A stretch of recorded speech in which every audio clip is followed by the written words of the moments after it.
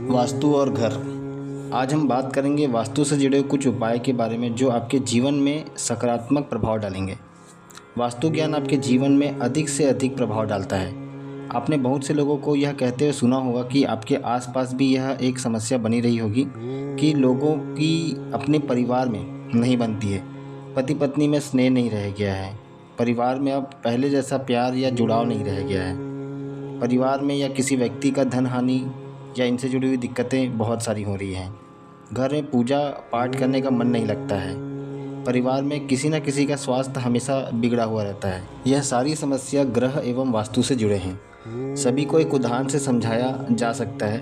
आप उदाहरण को उपाय या टोटका न समझें, इसके पीछे साइंस है या साइंस से जुड़ी हुई कुछ गतिविधियाँ हैं। और जीवन में तमाम चल रहे अप एंड डाउन के पीछे कहीं ना कहीं ज्योतिष, वास्तु, कुंडली आदि का सहयोग अवश्य देखने को मिलता है। उपाय टोटके भी इसके सहयोग देते हैं कि एक अच्छे और एक सच्चे सलाहकार से यदि आप उपाय और सलाह रेमेडी ली जाए तो इसका निवारण संभव है। पर आजकल चर्चा में बने रहने के उद्देश्य से ज़रूरतमंद लोगों के भावनाओं से खेला जा रहा है। व्यक्ति पूर्व से ही किसी समस्या से जुड़ा हुआ है और उसे नवीन समस्या बताकर और नए समस्या पैदा कर उसे उलझा दिया जाता है और उसे भ्रमित कर दिया जाता है। चलिए, जनता आज नहीं तो कल सही तरीका या सही व्यक्ति का चयन अवश्य कर लेगी। जैसा कि हमने वीडियो के पूर्व कुछ समस्याओं का जिक्र किया है, उन समस्याओं और उनके उपाय और उनके घर से जुड़ी हुई जो चीज़ें हैं उनसे हम बात करते हैं, उनके बारे में बताते हैं। और वह उपाय में किसी प्रकार का खर्च भी नहीं लगना है। तो चलिए समस्या का नाम और उपाय बताना शुरू करते हैं। पहली समस्या हमने बताई थी कि घर में पति पत्नी की आपस में नहीं बनती है। पहले ऐसा स्नेह अब नहीं रहा है, अर्थात स्नेह की कमी हो गई है। अब देखिएगा, स्नेह और प्यार यह साथी, पार्टनर या जीवन साथी के साथ होता है। यह शुक्र ग्रह को बताता है, यह शुक्र ग्रह से जुड़ी हुई बात है। शुक्र ग्रह आपका वह ग्रह है जो प्रेम में सहायक होता है, आकर्षण देता है, यह आकर्षण का ग्रह भी होता है। अब आप इसे समझेंगे कि यदि व्यक्ति या जो भी पार्टनर है वह सज धज कर तैयार होकर रहे तो वह शुक्र को अपना ठीक करता है।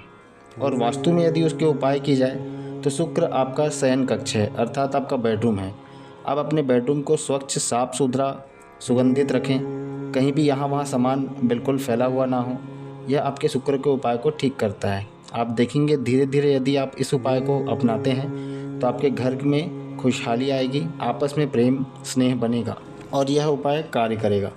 दूसरी समस्या थी परिवार में अब जुड़ाव नहीं रह गया, पहले ऐसे प्रेम नहीं रहा।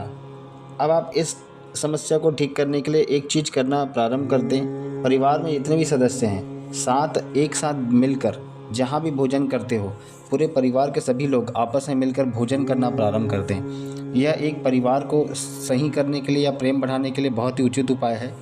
इसके अलावा यदि वास्तु के हिसाब से यदि हम परिवार में मतभेद के लिए कोई उपाय करते हैं तो जिस भी कमरे में हम सब परिवार बैठते हैं, अर्थात हमारा बैठक कमरा जिसे हम हॉल बोलते हैं, डाइनिंग रूम बोलते हैं, जहाँ पे हम सब बैठ कर के बातें करते हैं, किसी प्रोग्राम टीवी अथवा को देखते हैं, उस स्थान को साफ़ सुथरा रखना शुरू कर दें।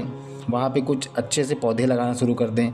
इससे परिवार के माहौल को अच्छा बनने में सहयोग मिलेगा। और हो सके तो घर में हफ्ता में 1 या 2 बार खीर का अवश्य घर में बनाकर आपस में उसे बांट कर खाएं। तीसरी समस्या धन हानि, पैसों की दिक्कत। धन हानि से बहुत सारी चीज़ों का उपाय होता है। धन हानि के लिए हमने बहुत सारे उपाय पहले ही बताए हैं और आगे ही बताएंगे। दरअसल यह एक बहुत ही विस्तृत और बहुत कारणों के वजह से होता है। धन हानि के बहुत सारे कारण हो सकते हैं, उसके लिए एक अलग से हम वीडियो बनाएंगे जिसमें संपूर्ण प्रकार की धन हानि से जुड़ी हुई बात करेंगे या धन प्राप्ति के उपाय भी उसमें बताएंगे। परंतु अभी धन हानि को लेकर के आपको यह एक छोटी सी बात बता दें, आप अपने घर में नलों को अवश्य देखें। यदि नल से पानी बह रहा है, लीक हो रहा है, उसे तुरंत चेंज कर दें। अत्यधिक पानी की बर्बादी भी धन हानि का प्रमुख कारण होता है। आजकल लोग बहुत अधिक पानी का व्यर्थ बहाव करते हैं, जहां आवश्यकता ना हो वहां भी पानी का छिड़काव या आंगन धोना या बहुत से पानी को ऐसे बर्बाद करते हैं। यह अच्छा नहीं है। जिस भी घर में ऐसा कार्य होता है, आप देखिएगा उनके घर में किसी न किसी की अपनी माता के साथ नहीं बनती होगी, क्योंकि धन और पानी और यह जो कार्य है यह माता से जुड़ा हुआ होता है। चौथी समस्या, पूजा पाठ में मन नहीं लगता। यदि पूजा पाठ में मन नहीं लगता है, यह दिशा का दोष हो सकता है। पूजा का स्थान पवित्र स्थान पर हो और वह साफ सुथरा हो, यह ध्यान रखें। पूजा का स्थान हमने देखा है कि उत्तर पूर्व में ईशान कोण को बनाएं और उस कोण का चयन करें जहाँ पर भड़कीले रंग ना हो, वहाँ पे शांत रंग हो। जैसा हम बोल सकते हैं शांत रंग में दीवार का रंग या जो पूजा कर रहे हैं उसमें बिछाए हुए कपड़ों का रंग, उसका ध्यान रखें कि वह शांत हो, बहुत भड़काऊ या बहुत भड़कीले रंग का ना हो, यह ध्यान रखें। और पूजा स्थान आप उत्तर पूर्व की दिशा में रखें, इसे हम ईशान कोण भी कहते हैं। अब हम पांचवी और अंतिम समस्या के बारे में चर्चा करते हैं।